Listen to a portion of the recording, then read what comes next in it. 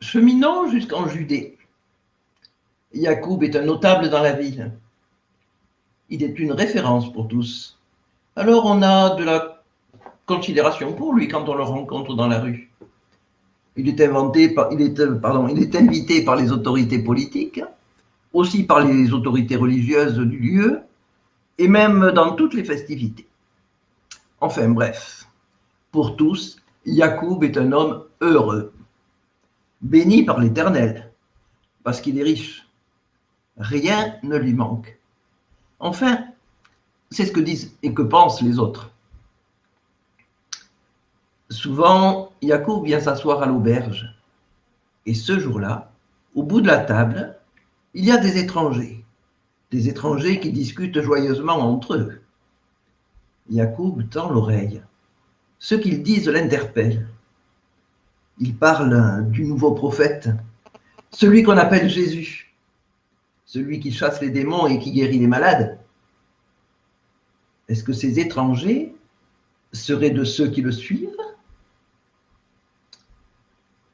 Yacoub les observe à la dérobée. Ces hommes ne payent pas de mine. Leurs vêtements sont couverts de poussière. Sans doute qu'ils viennent de loin.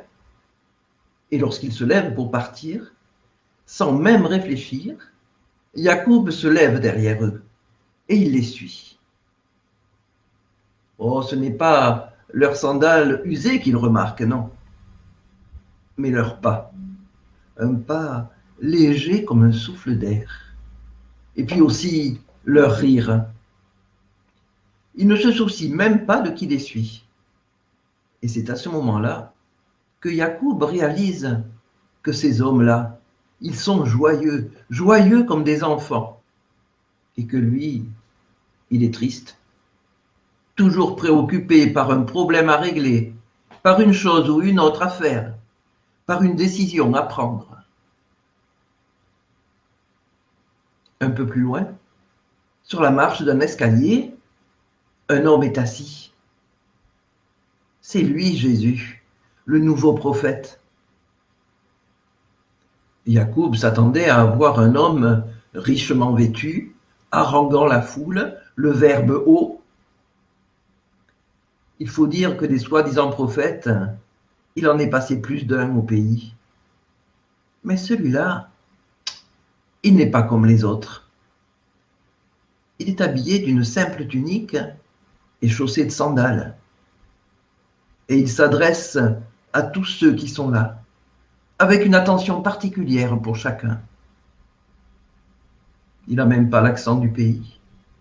Et pourtant, chacun peut le comprendre. Un petit groupe est là autour de lui et l'écoute. Yacoub se joint à eux. C'est vrai, il parle comme un prophète et on ne se lasserait pas de l'écouter. Ce dont il parle, c'est le royaume de Dieu. Et ça intéresse tout le monde.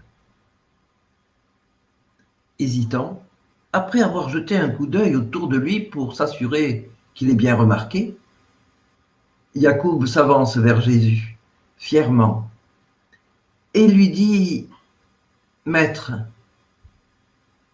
toi qui sais, que dois-je faire pour avoir la vie éternelle en partage ?» Jésus alors se tourne vers Yacoub. Et ce n'est pas son vêtement qu'il remarque, non, mais les plis de son front et sa précipitation à l'interroger qui trahissent son inquiétude, ses soucis. Pourquoi dis-tu que je sais? Ce que je sais, c'est Dieu qui m'a donné de le savoir. Et toi, la loi de Moïse, tu la connais? Les commandements, tu les connais? C'est vrai qu'il les connaît. Et les mettre en pratique lui est devenu une seconde nature. Mais il est prêt à faire encore plus pour avoir une place dans ce royaume, qui doit être plus grand, plus difficile à atteindre.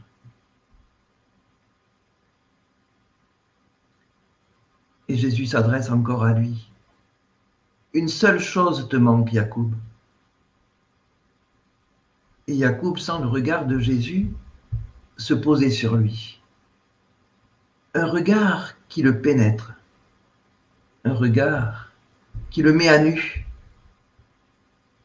Comme si ce Jésus le connaissait depuis toujours, au plus profond de lui-même. Une seule chose te manque encore, Jacob. Ce que tu as, vends-le, distribue-le aux pauvres, et tu auras un trésor dans le ciel. Et puis, viens, et suis-moi. Jacob reste là, bouche bée. Il s'attendait à tout, mais pas à ça. Tout vendre, mais il ne peut pas. C'est bien, c'est toute sa vie. Tout laisser pour suivre cet inconnu dans la poussière des chemins. Mais pour aller où? Pour faire quoi? Et tout d'un coup, c'est comme si le ciel lui tombait sur la tête. Alors il n'a plus qu'une envie. Partir, fuir, se retrouver seul et pleurer. Pleurer parce que il se sent incapable de faire ce qu'il faudrait pour être sauvé, pour entrer dans ce royaume de Dieu. Et il pleure longtemps. Au milieu de ses larmes, une parole surgit.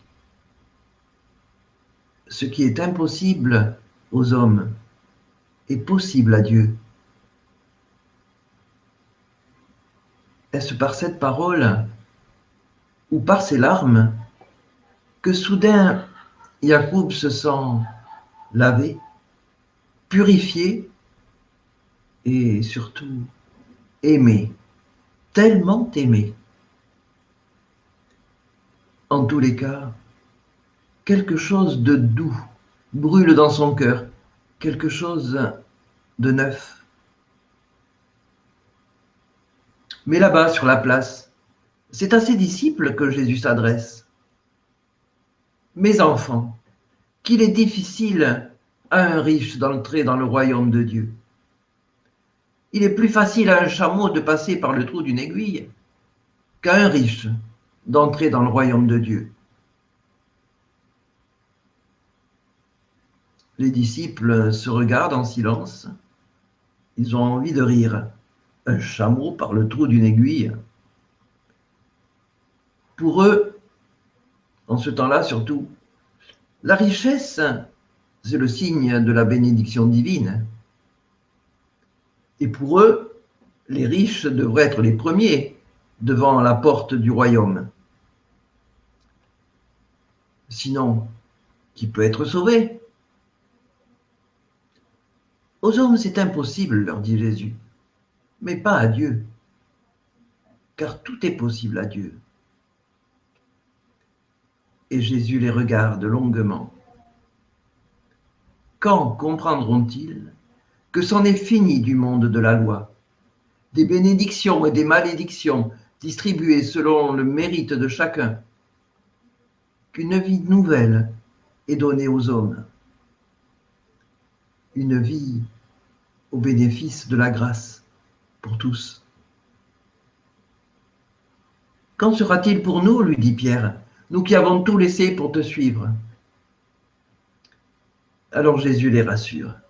Le premier pas, eux, ils l'ont déjà fait en laissant tout pour le suivre. Est-ce que pour autant ils étaient prêts? Plus que cet homme riche qui est parti si triste,